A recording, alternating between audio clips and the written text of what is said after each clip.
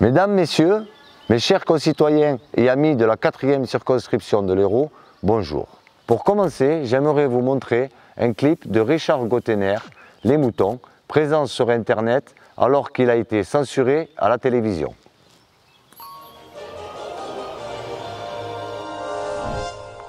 Bonsoir à tous. Dans l'actualité ce soir, le coup d'envoi de la bataille du second tour dans une France politique chamboulée.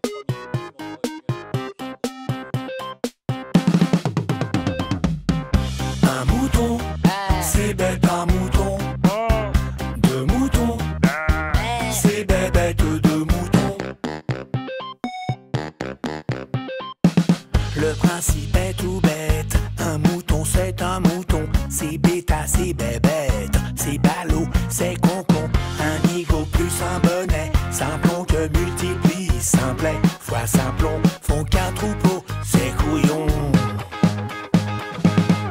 Nous nous retrouvons ici au bord de ce magnifique vignoble qui traverse notre circonscription d'est en ouest jusqu'à l'étang de Thau. Vous avez bien compris le message de ce clip de Richard Gottener qui dénonce la manipulation politique mise en place par la télévision pour entretenir, comme on dit, les divisions pour mieux régner. En 2004, le PDG de TF1, Patrick Lelay, cette chaîne qui avait la plus forte audience d'Europe à ce moment-là, disait « Pour qu'un message publicitaire soit perçu, il faut que le cerveau du téléspectateur soit disponible.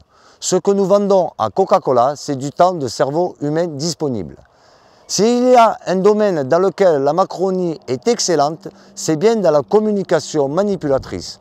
En jouant avec les peurs, ils réussissent à qualifier toute personne qui s'oppose au discours officiel comme un complotiste ou un extrémiste. Nous l'avons bien vu au cours des élections présidentielles où le premier tour devient le deuxième tour et le deuxième tour n'existe plus.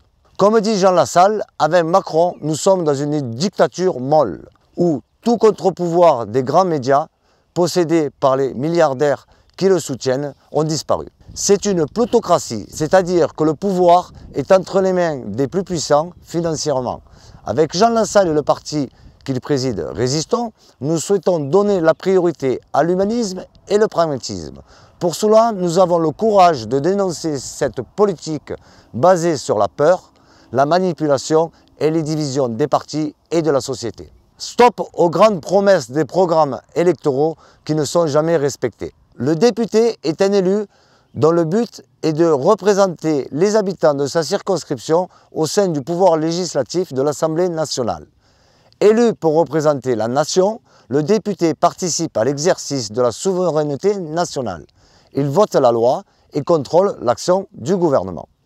Comme Jean Lassalle, je souhaite être au contact permanent de la population pour voter les lois qui correspondent aux besoins de la majorité des habitants de la circonscription. Cette circonscription principalement rurale, nous avons créé un projet qui est déjà en route pendant la campagne. Il est très humaniste et pragmatique, mais surtout très concret et adapté à la situation. Il suffit de reproduire ce qu'il fonctionne déjà depuis 2 ans à Saint-Guilhem-le-Désert qui a su innover pour se protéger. La situation que j'ai constatée il y a 31 ans dans ce village était similaire à la situation actuelle dans l'ensemble de la 4e circonscription. La pression immobilière, touristique, financière sur le village risquait de transformer ce lieu en un musée. Les habitants ont résisté et de nouvelles générations ont eu le courage de s'investir dans l'économie locale, dans les associations et au conseil municipal. Ce courage solidaire a sauvé l'équilibre social du village malgré les pressions contraires de la société moderne. Comme à Saint-Guilhem, nous avons commencé la mise en place d'un projet similaire mais adapté aux caractéristiques de la 4e circonscription. Simplement et clairement, le projet se met en action en 3 points. 1. Mettre en place des relais locaux qui connaissent les habitants, les associations et leur territoire. 2.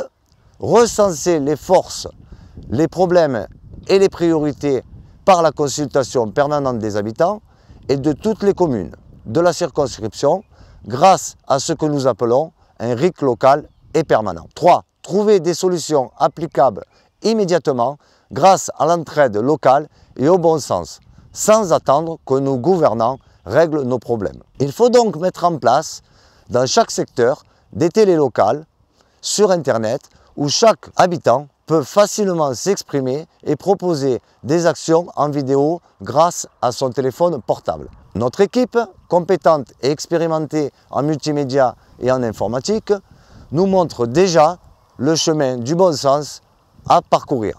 Avec une gouvernance participative vraiment démocratique, en respect du triptyque liberté, égalité, fraternité. Nous avons déjà commencé ce projet avec peu de moyens, mais beaucoup de courage et d'énergie. Il ne tient qu'à vous de lui donner encore plus d'ampleur. Connaissez-vous l'histoire du colibri de Pierre Rabhi?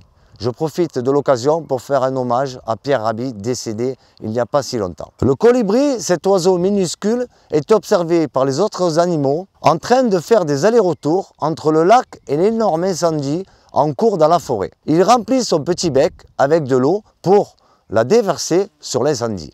Les autres animaux observent lâchement l'incendie sans rien faire et se moquent du colibri. Tu crois pouvoir éteindre l'incendie avec ton tout petit bec? Non, répond le colibri, mais je fais ma part du travail et j'ai la conscience tranquille, vous ferez bien de faire la vôtre et tous ensemble nous pourrions réussir. Aujourd'hui, notre équipe et moi avons le courage de résister pour éteindre l'incendie destructeur de notre société. Résistons tous ensemble contre les pyromanes de la finance mondialiste de Macron. Je fais l'appel du 12 juin pour que tous les mécontents de sa réélection aient le courage, comme le colibri, de venir déposer son petit bulletin de vote pour continuer à mettre en place le projet dont je vous ai parlé. Ce projet, je le rappelle, est démocratique et numérique et nous l'avons déjà commencé. Résistons par l'humanisme et le pragmatisme, avec courage, en notre âme et conscience, plutôt qu'en s'abstenant. Nos ancêtres qui habitaient cette circonscription ont dès le Moyen-Âge résisté contre les Sarrasins, Saint-Guilhem et Agnan, puis le maquis Birakem était là pour lutter contre le nazisme et libérer Montpellier après avoir lutté et résisté dans cette zone. Et enfin, n'oublions pas, plus récemment, la révolte des vignerons qui ont réussi à résister et à s'en sortir. Résister, c'est dire non aux injustices, s'impliquer et voter. Pour nous tous, pour nos familles, nos enfants et nos petits-enfants, ne soyons pas les collabos de la plutocratie. Servons-nous le 12 juin de notre arme démocratique, le bulletin de vote. Pour protéger notre souveraineté et notre démocratie, indignons-vous, résistons et votons. Liberté, égalité, fraternité.